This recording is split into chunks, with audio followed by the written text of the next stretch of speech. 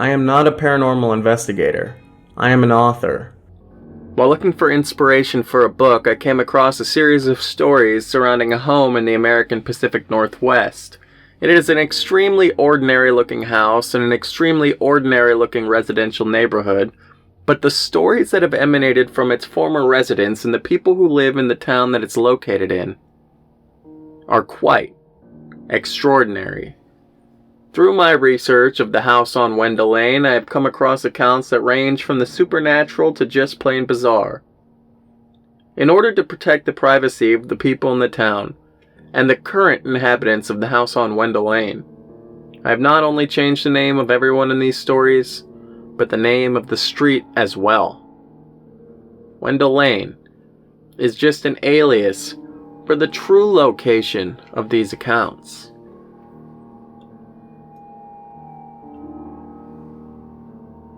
In the spring of 2004, teenager Matthew Morales, a resident of the house on Wendall Lane, created an account on the then popular blogging site LiveJournal. Over the next 2.5 weeks, he would make a total of 8 posts. On the night he uploaded his final post to the site, Matthew would vanish from his home. His blog would be considered important evidence for the police investigating Matthew's disappearance.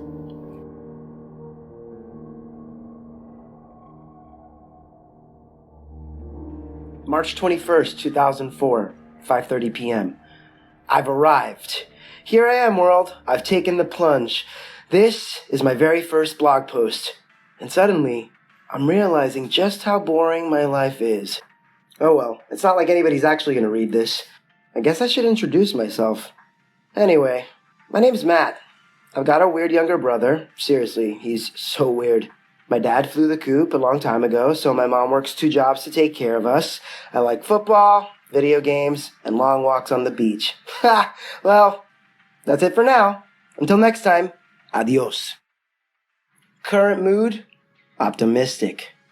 March 28th, 2004, 9:45 p.m.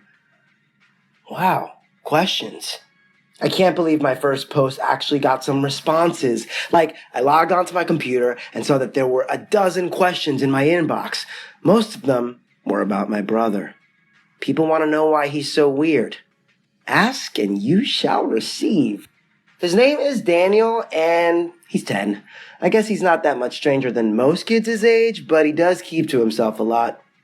My mom says it's just a phase, but he spends so much time in his room. Daniel has this imaginary friend named Fiona, and, well, when he talks about her, things get kinda creepy. Mom doesn't let Daniel bring up Fiona at the dinner table. I think he freaks her out with all that stuff. Not me, though. I don't let that weird bullshit get to me. I'm ice cold. Current mood?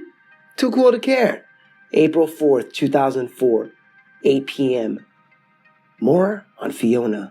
First off, wow, I can't believe so many people are reading my blog. And yeah, I get that you're mostly interested in learning more about what my brother's deal is, but that's cool. I actually just got finished talking to him. I was probing him a little bit about Fiona because I know some of you had some questions about her.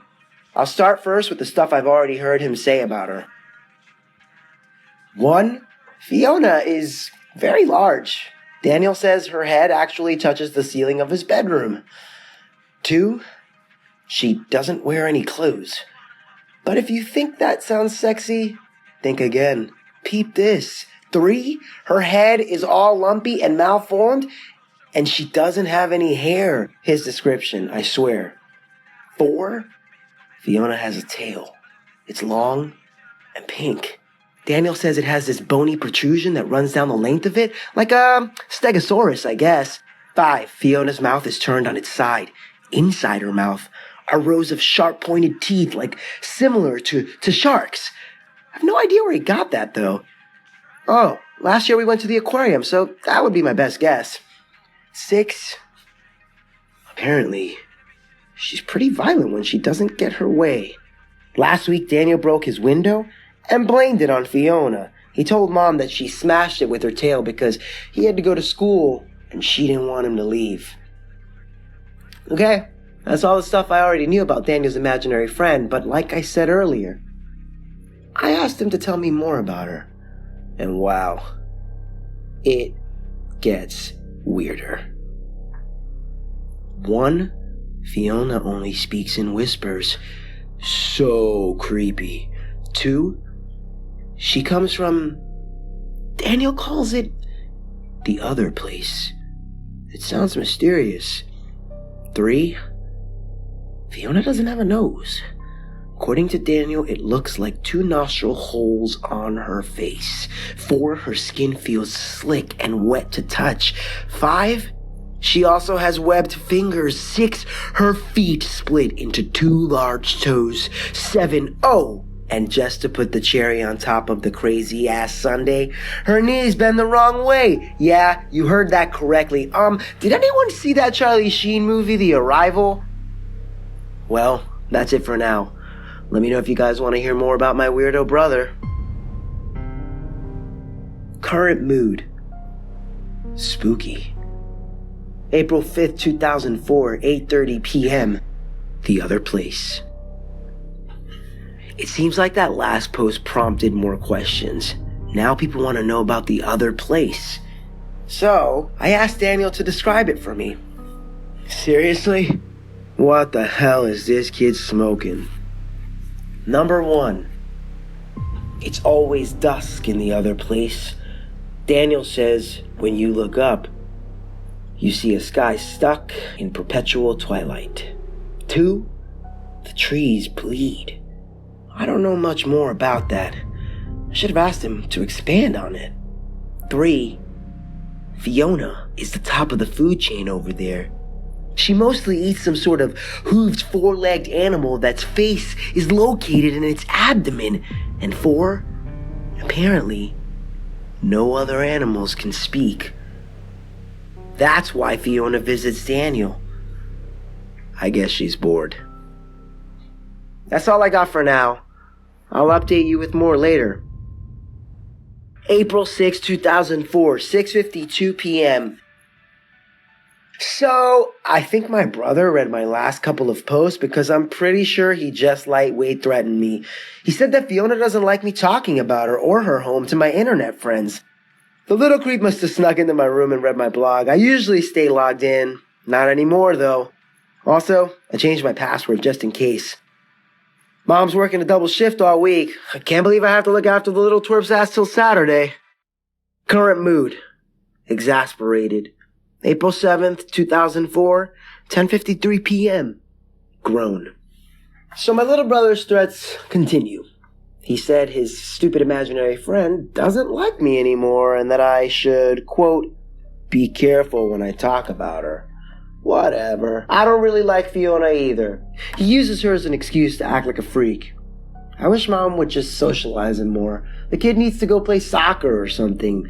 Maybe then he'd make some real friends. I know you guys have been asking me to tell you more about her, so I'll post an update next week. Current mood? Sick of the bullshit. April 8th, 2004, 8:45 p.m. What the fuck? Okay, I know I told you guys I'd update next week, but something really fucked up is happening right now. About 20 minutes ago, Daniel came into my room and told me that Fiona is very mad at me because I keep writing about her online. He said she wants to punish me and that I need to go to his room, so I told him I'd meet him there after I finished playing games. His door was closed, so I reached for the handle, but just before I turned it, I heard a noise coming from the other side. It sounded like a woman whispering. I couldn't make out what she was saying, but to be honest, I didn't stick around very long after I heard it. Why would there be any other voice coming from Daniel's room? My mom's working a double shift tonight. It's just me and him in here. April 8th, 2004, 9:01 p.m. Shit. I've called the cops, and they're on their way. I hope they get here soon. I told them there's a burglar in the house. There definitely is something else here, guys. 2 sets of shadows are shifting around on the other side of the door. I locked myself in my room, but Daniel keeps trying to open the door anyway. He's calling me now. He's saying that Fiona is getting angry, and soon she's gonna break down the door. I'm freaking out. The whispers are back. It's definitely a woman's voice. Jesus. I can understand it now. Daniel wasn't lying. He keeps saying the same thing over and over and over again. Your brother is very bad. Your brother is very bad. Your brother is very bad. Your brother is very bad. Your brother is very bad.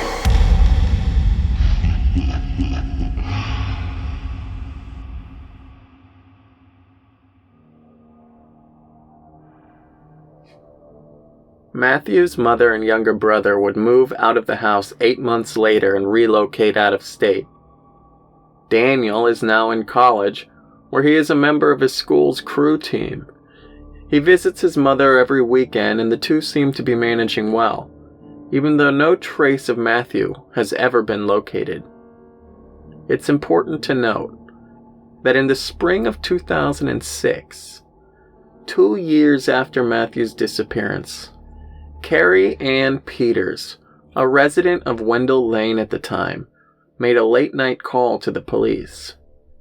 She claimed to have heard what she believed to be an intruder in her house around 2 a.m. Carrie Ann did not see what this intruder looked like before fleeing the home. She did, however, report hearing footsteps coming from her study, as well as the soft, low whisper of a woman's voice.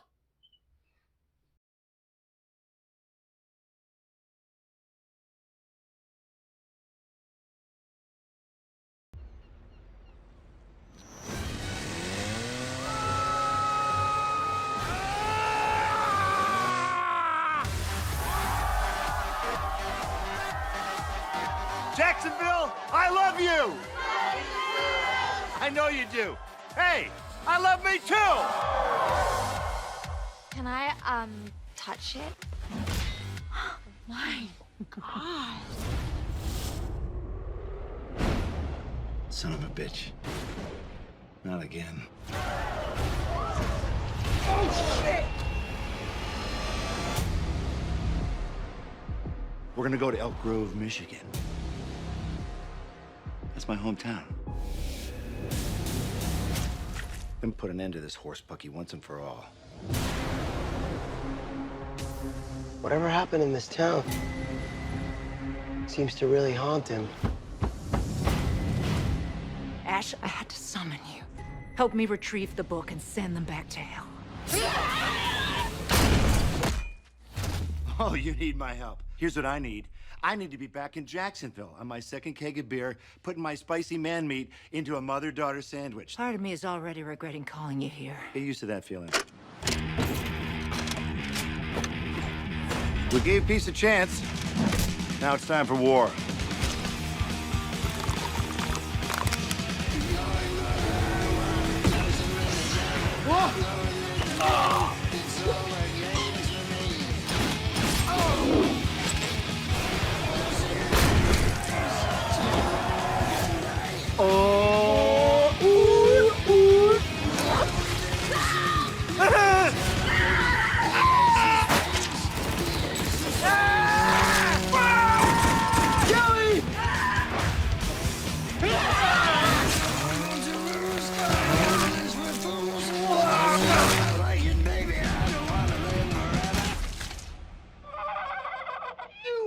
Die like all the others.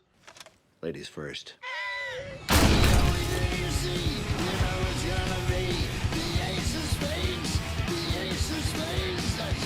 That is horrible and also awesome. Which is everything that I do.